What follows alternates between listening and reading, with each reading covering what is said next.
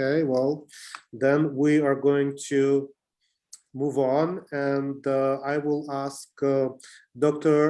Krzysztof Strachota, who is the head of the Turkey, Caucasus, and Central Asia Department at the Center for Eastern Studies in Warsaw. I think, yes.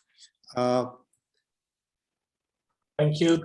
Great pleasure to be here. Let me introduce a more Central Asian, let's say, perspective on the issue. My main assumption is that Afghanistan and Central Asia are interrelated, and I hope that explaining the complex relation could be useful to better understanding the essence of the potential of the current situation in Afghanistan. My first point is the nature of this relation. What is the role of Afghanistan? What's the role of Afghanistan plays for Central Asia?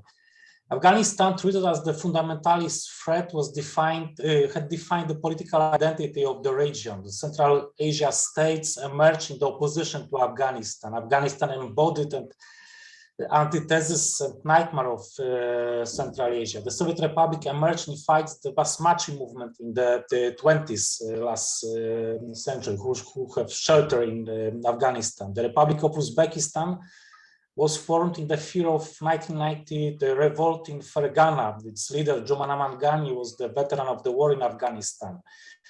Afghanistan was the base of opposition during the civil war in Tajikistan in the 90s, later the base of Islamic movement of Uzbekistan and its clones, Islamic Jihad Union and Jundul Khalifa.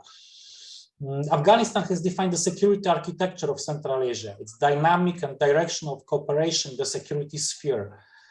First, it was and still is the basis for Russia's military presence and alliance structure. Secondly, it was one of the main reasons for creation of the Shanghai Cooperation Organization. Thirdly, Afghanistan gave the impulse to and condition for emergence of the US and coalition troops in Central Asia after 9/11. Additionally, it was the catalyst for Pakistan interest in the region. I mean, the gas in Turkmenistan and India's military presence. Ahmed Shah Massoud died in India's hospital in Tajikistan.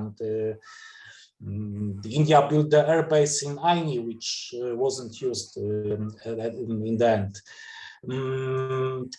Indirectly, Afghan context, threat to Central Asia and American presence in the region determined the evolution of Russia-China relation to the level of current informal alliance.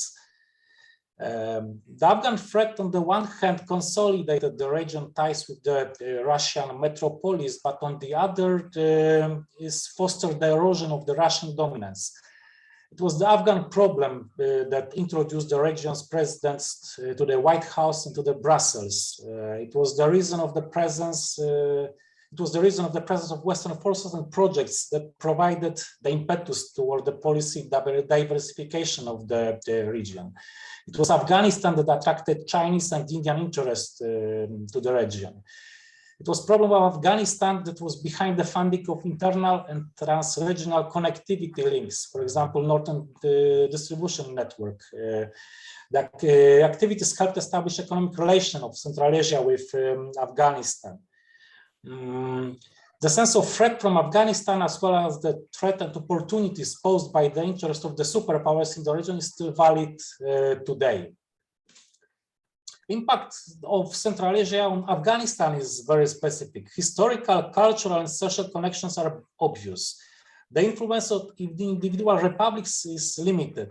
Fundamental is influence of the powers present in the region, be it Russia, be it USSR, be it USA in the last decades, or China. It's worth pointing out the paradox. Everyone lives in a myth of threat of expansion of the bad guys from the Afghanistan to the north. Meanwhile, the last significant invasion from the south into Central Asia was the Arab conquest in the 8th century. General invasion and pressure comes from the north to Afghanistan. What is the current situation in Afghanistan and what are the prospects for developments, in my perspective, of course? I see the serious risk of chaos and conflicts escalating in Afghanistan. Last August marked the symbolic end of US-led project to build an efficient state, just 30 years after the collapse of the very similar in many senses Soviet one. Today, there is no one willing to guarantee security or finance the construction of the efficient state, economy, and society. Comparing with the Dr. Bachka, I'm more pessimistic, let's say. I see the glass half empty. So I treat the Taliban with a quite limited capacity to stabilize all countries, to guarantee the stability in the longer perspective. I see the limited organizational capacities, I mean the military, the political and professional aspects. I think that the limited financial resources are will be the problem. External humanitarian aid will not change this dramatically.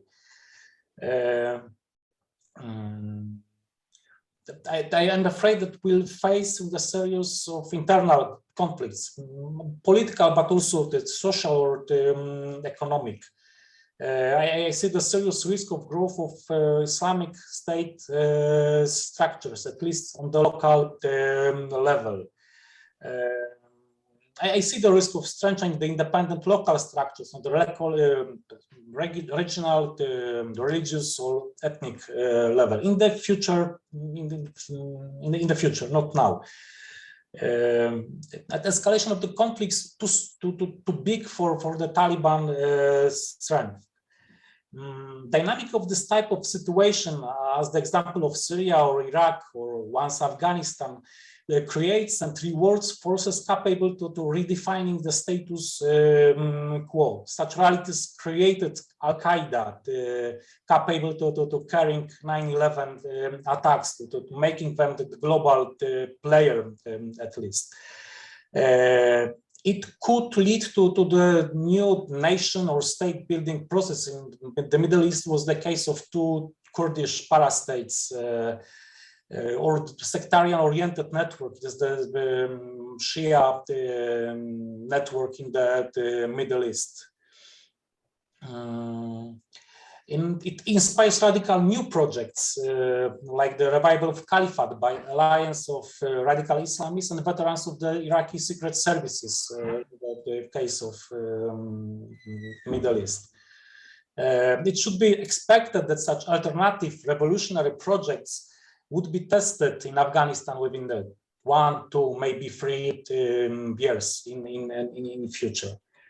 I'm afraid that I'm almost sure that the situation in Afghanistan will lead to kind of proxy war, like in the past, with not only regional powers will take part in. Whatever the involvement will be limited, like in the 90s, or the large scale like confrontation in Syria, it remains an open question for me. What does it mean for the future? I see two basic scenarios. Let's say moderately pessimistic scenario in which Afghanistan would remain the state in the internal type of chaos, not now, but in the perspective of 1 to 2 years, with relatively low conflict intensity. The threats generated to the surroundings, including Central Asia, would be limited and asymmetric in the nature. Scenario 2, this extreme negative black scenario, in which both internal and external forces will lead to the expansion of the conflict, not Taliban, but beyond the Afghanistan border. What it means for Central Asia? What would be the effect, the regional impact on Afghanistan? First, moderate scenario would mean that intensification of the process taking place in the region, I mean in Central Asia, in the last 2 decades. In such situation, it's likely the further differentiation of the region in approach to Afghanistan. Right now, the policy of Tajikistan seems to be quite confrontational. Uzbekistan is more oriented on transaction oriented. Every states in the region are reluctant towards the Russia's view on the role of CSTO or Shanghai Organization, Shanghai Cooperation Organization, like it was in the Dushanbe summit this month. We should expect further attempts of Central Asia states to play on interest of the superpowers, the actual undermining of military dominance of Russia through cooperation with the countries out of the region. For example, China, instead of United States, like it was 20 years ago. India, possibly Iran, Turkey, or Pakistan, that matter of future. We should expect growing asymmetrical threats, primarily terrorism based on Afghanistan, and limited migration. Such threats should not threaten seriously individual states in the region. A serious threat would be that it could be used within the framework of internal conflicts. For example, during the succession process in Central Asia, or would be played by external players, like it was during the Balkan crisis in 1999 and 2000 here by Russia against Uzbekistan. A side effect of such scenario would be the de facto slow process of erosion of Russian influence in the region, step-by-step decline of authority of Russia in the region, and deepening the asymmetry between Russia and China. In this scenario, the scenario for Central Asia foster kind of stabilization of conflicts in Afghanistan on quite low level, and use Central Asia as the kind of humanitarian hub for Afghanistan. Option 2, the escalation of conflicts in Afghanistan and their spillover to the outside world, along with fierce rivalry between the superpowers. As we know, history never repeats itself, but it reminds us that unimaginable things happened. Only last example of the Arab Spring and the Syrian civil war is the history of the bitter surprises, let's say. Such conditions are difficult to keep within such conflicts are difficult to keep in the administrative borders of states, in this case, Afghanistan. They can be cause the catalyst, the social political upheavals in neighboring countries. Conflicts of that type wakes up the temptation for easy victories or rebuilding the past glory. It's a risk Tajikistan is facing today, involved in the supporting Afghan opposition. It creates opportunities for unconventional rights. ISIS was able to take Mosul and threaten Baghdad. Why not Merv or Ashgabat in the case of Islamic states and Afghanistan? Turkmenistan is weaker than Iraq.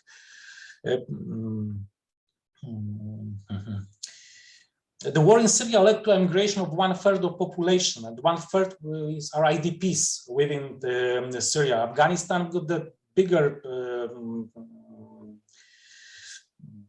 let's say, tradition of migration, as it's bigger country than Syria. So we cannot exclude this scenario.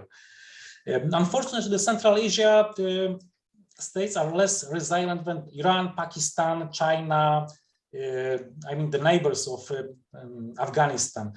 They are objectively smaller and weaker. They are the weakest part of